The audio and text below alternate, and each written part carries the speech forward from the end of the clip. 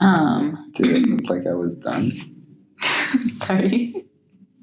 Welcome back. Hi, we're back for Purpose Not Profit. I'm Andy. And I'm Robert. And we're going to be talking about what we do to prep for our art or our craft.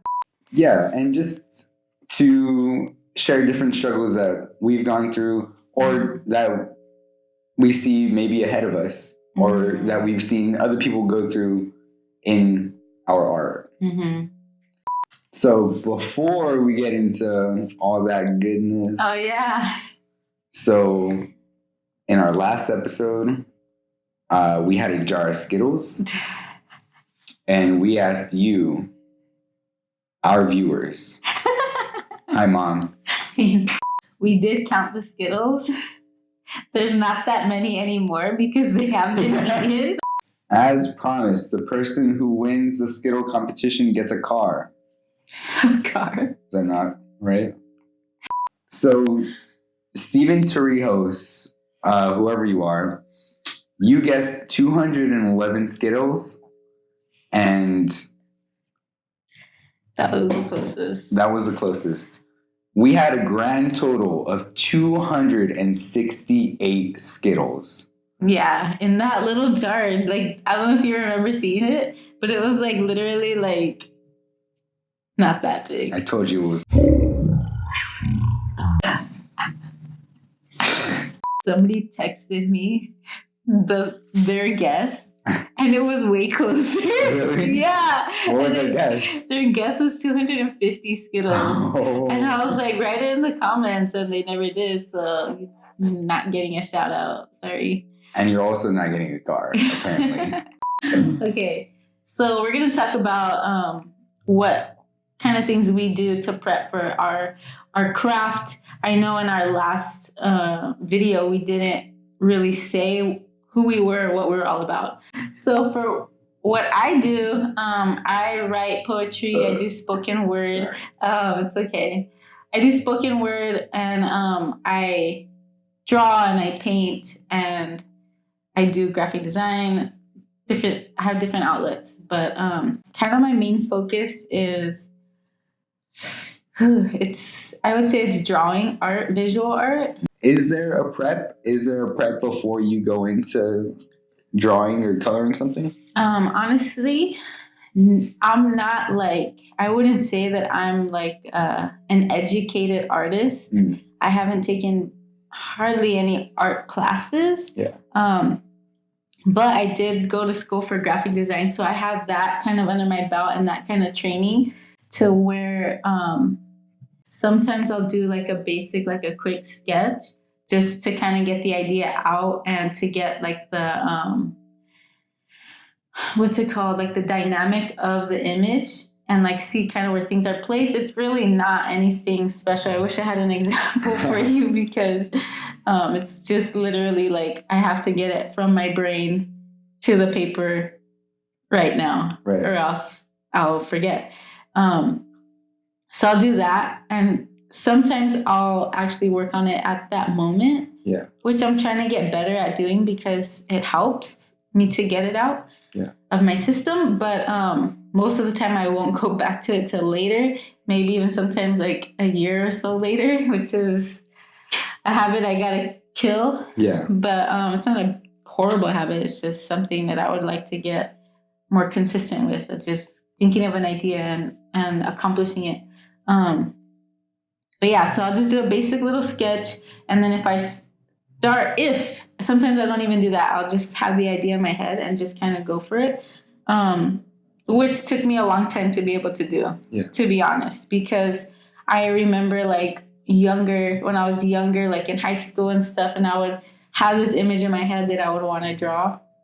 And I didn't really know how, like I could do it, but like the proportions would be off. Like I didn't really understand how to just get it onto the paper how I saw it in my head. Right. And I don't even know how I can do it now. I think it just came with practice and like kind of just watching other people do it. And I would say that is a big prep for me, watching other people. I don't know if it's because I'm an artist, a visual artist, that I learn visually too. When I watch somebody do something, I can do it. Yeah. You know what I mean? And I'll remember how they did it, the motions that they had with their hands. You know, there's a lot of people on Instagram and on YouTube that do like sign painting, like letter artists. And man, their arms, like, it's just like one swoop. And That's it's crazy. Yeah, and that I learned that is the way to have the straightest line. Whoa. You know, and that's something that I learned, and it's just like when you're drawing, By watching. by watching, and usually when you're drawing, you kind of get really close and you're like trying to do all the details, but it's like you kind of have to take a step back. And actually, too, you know what? I had a friend, and he was a painter, a sign painter, a letter artist too, and he was helping us, me and a couple of friends. Like he had these big, giant paintings that we were helping him paint. Yeah. And he for the purpose of him to teach us like techniques on painting. And that was one of the techniques, was to stand far from the canvas, not like close to it. Oh. And we would have to hold the brush at the end of the brush and paint like that. Yeah. And to the point that he made like a brush. He had this big, giant, long stick, and at the end of the stick, he taped a paintbrush to it, and we were painting the wall. It was so long, but like he was just like trying to illustrate the point that like you use the strength in your body in your wrists, I guess, to like move the brush, and it's like it's all in your wrist. Where, you know, if you're doing a movement like this, right, you don't want to go like this and just use your hand, because your wrist has so much more mobility. Yeah. And so you can just one swipe, and it makes this smoother line, because then your wrist can go like, you know what I mean? Yeah, it's fully mobile. So yeah, I would say, tools, basic sketch, research, watching other people do it if that's how you learn, or maybe even having somebody to show you physically if you learn that way. That's just how I've learned as far as learning how to draw, even markers, like to make that smooth. And I'm still learning, like I'm still practicing and practice. Yeah. Yeah. What's your craft? I do comedy, and it's hard to say that I have like a prep for comedy, because I do, or I will write, and when I do write, there are different things that I will do all the time. Like sometimes I'll listen to, have you ever heard of Bad Bad Not Good? I think, yeah, and they're just... I think you showed me them. Oh, really? They're just like a little instrumental group, and I'll just listen to them and just... get in the zone. Yeah, kind of get in the zone. And the majority of what I do write it's just stories. It's just things that have happened to me throughout my life that just so happen to be funny. And so sometimes I will force myself to write, and something funny will come out of it. If I think of one funny thing, once a day, then that's 365 jokes a year. Oh, shoot! Right? Yeah. And how many minutes will 365 jokes get me? A lot of minutes. You know what I mean? And it's not like I'm doing big shows right now. Like I'm doing open mics. I need 3 minutes, 5 at the most, you know? So that just, like, forcing myself to do one joke a day, forcing myself to do that will give me, like, such a huge variety of content to try out in clubs and stuff. That's honestly not burdensome. Yeah. At all. But if you set yourself, like, a simple goal, and accomplish it, and over time it builds up your confidence in your craft and in what you're trying to accomplish, that you can then accomplish more. You know what I mean? Nobody just becomes in one day, you know? Right. It takes building up over time, choosing something and sticking with it, and kind of being consumed with that in a sense. And I don't mean to say consumed like, oh, you have no life and this is your whole complete life. Yeah. Because that's unrealistic.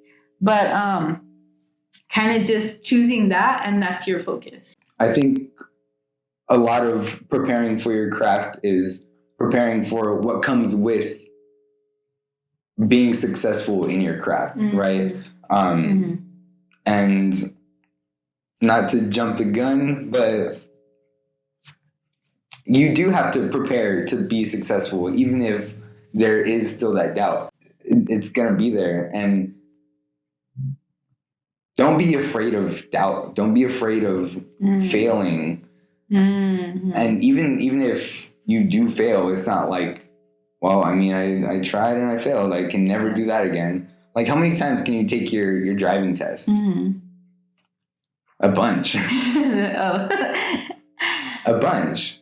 And I mean, if you mess up the first time, you just try it again, and you try it again, and you try it again until you finally get your driver's license. And it's not like this is a lot different. You know, this is your livelihood.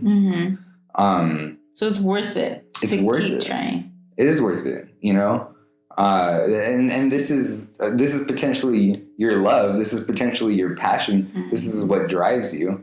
And so you should be driven for it. You know what I mean? You shouldn't be afraid. You shouldn't shy away from what you could and could not accomplish. You should go for it.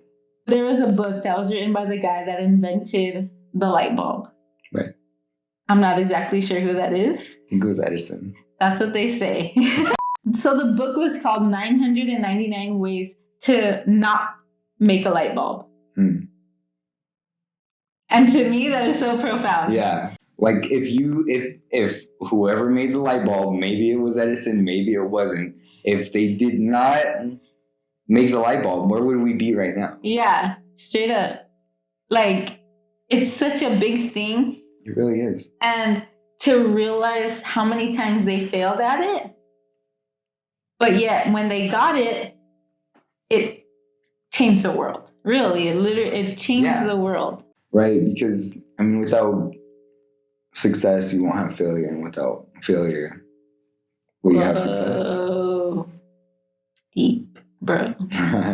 So I think the two tie into each other in that sense. I want to hear what you have to say. Okay. So what I believe, like as far as prepping for success is, what's your vision? What do you see happening successfully? And I think kind of seeing that and sticking with it, you're prepping for success. Because you're saying, okay, I'm not going to fail. I know there's going to be failures, but I'm not going to fail. I'm not going to stop. I'm still going to succeed because my vision of success is the end. Yeah. You know? That's deep, dude. Yeah. It is your vision for success that you like. That's your goal. Like, once you reach your goal, that's when you've reached success. And I think for a lot of people who are artists, there's no like end goal. Like there's no like I've made it for a lot of people. I think I don't necessarily think that fame for some people is I've made it. I don't think I don't think everyone wants to just be famous. Like, everyone who wants to be an artist wants to just be famous. I think some people genuinely enjoy the craft and want to just share their craft. And I think just being able to share your craft and make a living off of it, not have to do something else, I think that's success for some people. As far as where you're at right now, because I mean, that could change, that your goals change and they grow with you. Of course. So for your path, what would you say is your next success that you're reaching for, or your goal that you're reaching for at this moment? I have a lot of goals as far as comedy goes. And the first goal I want to reach is I want to not do like I think I'll do open mics for like a few years, but I want to have a paid show. Or I mean, even if it's 10, 15, $20, like I just want to have a show. I just want to have a gig. That would be my first level of success. Awesome. And I think it grows from there because I just want to share. I just want a lot of what my comedy comes from is like I've been through a lot. I feel like I've been through some different weird, relationships and things, and it's made me a sad person, honestly. And having this goal of comedy, like wanting to make people laugh, it's just making me not want people to feel like I've felt. That's heavy. And just being able to share my experiences and things like that are funny. I mean, they've hurt me, and a lot of these stories are painful to tell. But there's humor in them, and they're funny. And if sharing my experiences will make people laugh, that's what I want. When you hear someone talk about their how they've accepted who they are, and what they've been through, and they're able to make it something that's funny, it brings out like a certain joy in people's lives. And it honestly makes them feel less bad about themselves. Yeah. So that's my goal. That's interesting.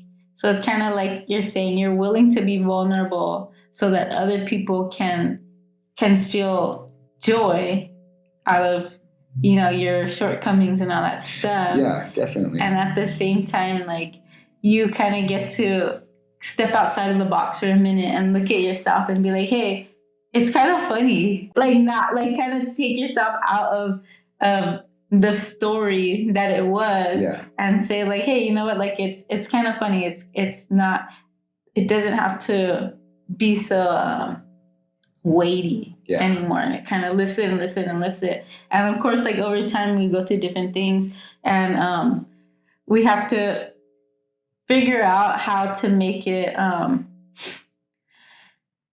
don't want to say work for us, but yeah, I guess how to make it work for us, and how to make it work into our lives as something that is growable and teachable, like, so that we can make it something that was horrible into something valuable.